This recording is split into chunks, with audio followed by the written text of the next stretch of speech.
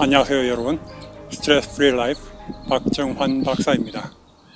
오늘은 이렇게 난가주 센 하신토산에 올라서 아름다운 경치를 여러분과 함께 보면서 좋은 공기를 마시면서 이야기를 나눌 수 있어서 참 좋습니다. 오늘은 행복은 선택이다 하는 제목으로 말씀드리고자 합니다.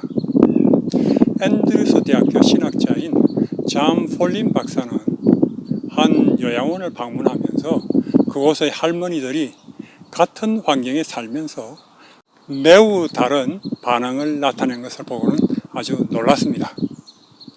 어떤 분들은 항상 화가 나서 요구 조건이 많았고 음식이나 TV 위치 등 매사에 불만인 반면에 어떤 분들은 항상 명랑하며 일이 혹 잘못되었을 때도 감사를 표하는 것이었습니다. 그래서 한 할머니에게 어떻게 그렇게 항상 기뻐할 수 있는지 물어보았는데 그 할머니는 이렇게 대답을 하였습니다.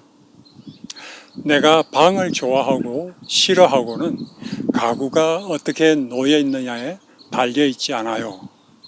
정작 관계되는 것은 내 마음을 어떻게 다스리냐에 달려 있지요. 매일 아침 내 앞에는 선택이 놓여 있지요. 하루 종일 누워서 말을 잘 안 듣는 지체를 탓하면서 지낼 수도 있고 침대에서 일어나서 말 잘 듣는 지체를 감사할 수도 있답니다. 참 지혜로운 말이죠. 이렇게 같은 상황에서도 사람들은 자신의 선택에 따라서 행복하게 혹은 불행하게 살아가게 됩니다. 외부적인 조건보다는 내면적으로 어떻게 볼 것인가 선택하는 것이 행복과 불행을 좌우하는 것을 우리는 볼 수가 있죠. 정신과 전문의인 프랭크 미니스 의사와 폴 메이어 의사는 이러한 문제에 대해서 연구한 이후에 꼭 같은 결론을 내렸습니다. 그래서 행복은 선택이다. Happiness is a choice 라는 제목의 책을 발간해서 50만 부가 넘는 베스트셀러가 되도록 하였습니다. 어떤 상황에서든 우리에게는 선택할 수 있는 자유가 있는 것입니다. 변화의 문을 여는 손잡이는 자기 안에 있다라는 말과 같이 말입니다. 아브라함 링컨 대통령은 대부분 사람들은 그들의 마음 먹는 만큼 행복하다고 했죠.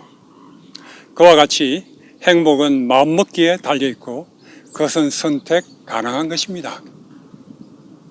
보지도 듣지도 말하지도 못하는 삼중고를 겪었던 헬렌 켈러는 다음과 같이 말을 하였습니다. 당신의 성공과 행복은 당신에게 달려있다. 행복해지기로 결심하라.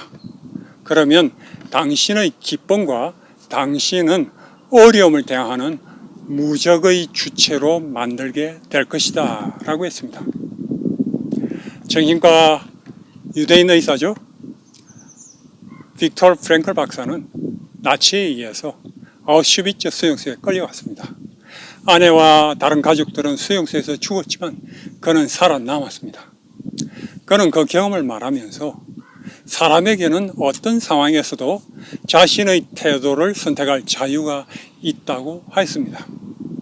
인간으로서 최악의 삶의 조건 가운데서 어떤 사람들은 다른 사람들의 음식을 훔쳐먹고 자식도 아버지가 죽어도 모른 채 하는 등 야수와 같이 변하는 사람들이 있었습니다.